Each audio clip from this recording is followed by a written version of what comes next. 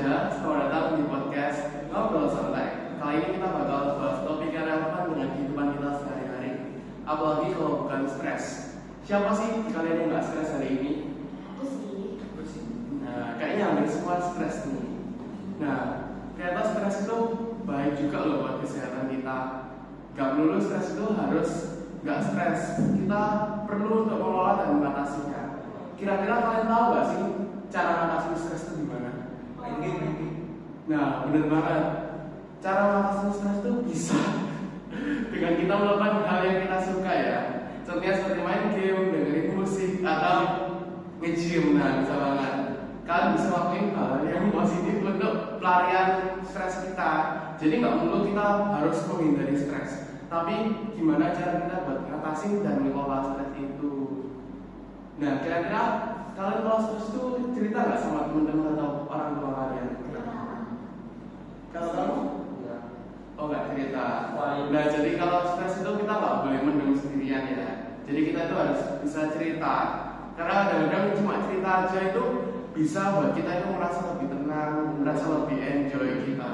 Nah, kalau di sekolah ini ada PIKR nih, kalian bisa buat konsultasi oleh PIKR ini yang akan dibantu oleh juga dengan guru BK atau bimbingan konseling.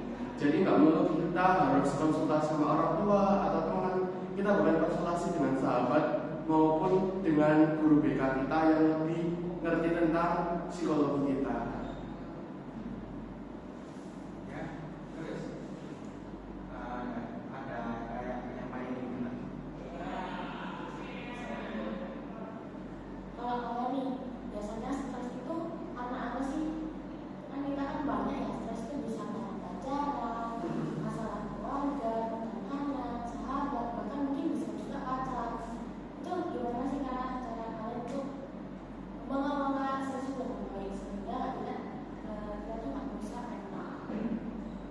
Yang pertama aku nerapin prinsip yaitu enjoy aja. Ketika kita dapat pekerjaan atau tugas yang berat, jadi kita enjoy aja. Kita tetap melakukan tanggung jawab tugas kita tanpa kita tuh memikirnya sampai jangka panjang sampai kita merusak mental health kita. Kalau kalian gimana?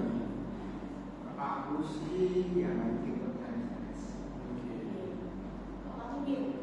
Kalau aku sih ya paling cari baru, atau kalau emang posisi terpojok nge-gym.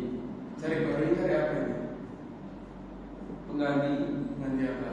yang maksudnya bisa teman untuk menghibur, mencari teman baru-baru. Biasanya kalau cara cerita tuh tanggapan orang tua atau teman-teman tuh gimana sih, kan banyak yang beda-beda ya. Kalau pengalaman aku sendiri, selama aku cerita sama teman-teman, orang tua atau guru BK, itu enak sih untuk diajak cerita dan sharing-sharing. Dan itu responnya positif, kok kan? Sama sih, Aku positif juga. dari orang tua, tapi Positif. Nah, kita juga sebagai remaja, kita sebagai makhluk sosial, kita tentu juga harus saling suportif sama teman kita yang lagi stres. Jadi kita harus bisa kasih solusi juga itu ke mereka, buat kita mengelola stres mereka juga. Kita sebagai teman harus tetap suportif dan tetap memberi afirmasi yang positif, teman-teman. Nah, kalian tahu nggak sih kalau pola makan dan pola tidur yang buruk juga bisa mengakibatkan stres? Ya, benar banget. kenapa? Nah, kalau pola tidur kalian buruk, itu otomatis kalian saat bangun itu merasa lebih nggak fresh.